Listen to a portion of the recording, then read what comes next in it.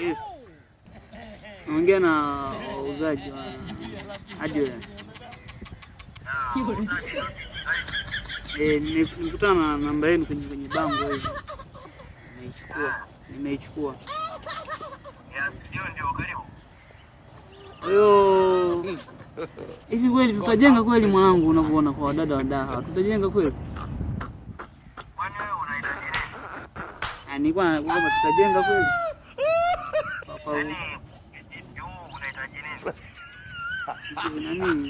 Yaani unahitaji nini? Jenga kama tunajenga.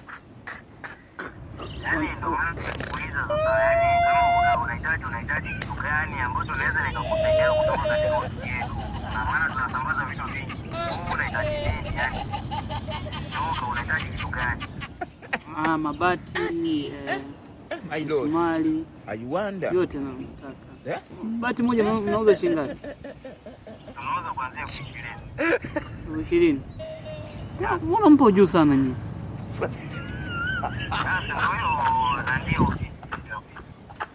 Kuna wengine wanauzaga 5,000.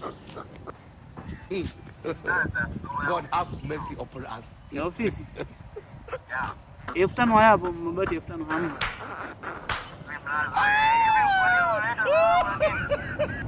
Nilikuwa nauliza tu. Sasa hii ni biashara. Ndio unaanza kusema 5,000. Mimi nimesema 20. Na ndio maana nimekuelekeza.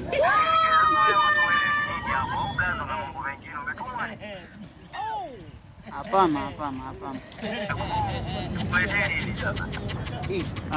Unataka mniletee?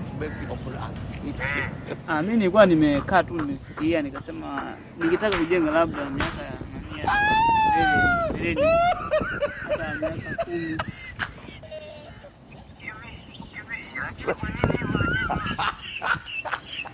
Sasa ni mipango kwamba labda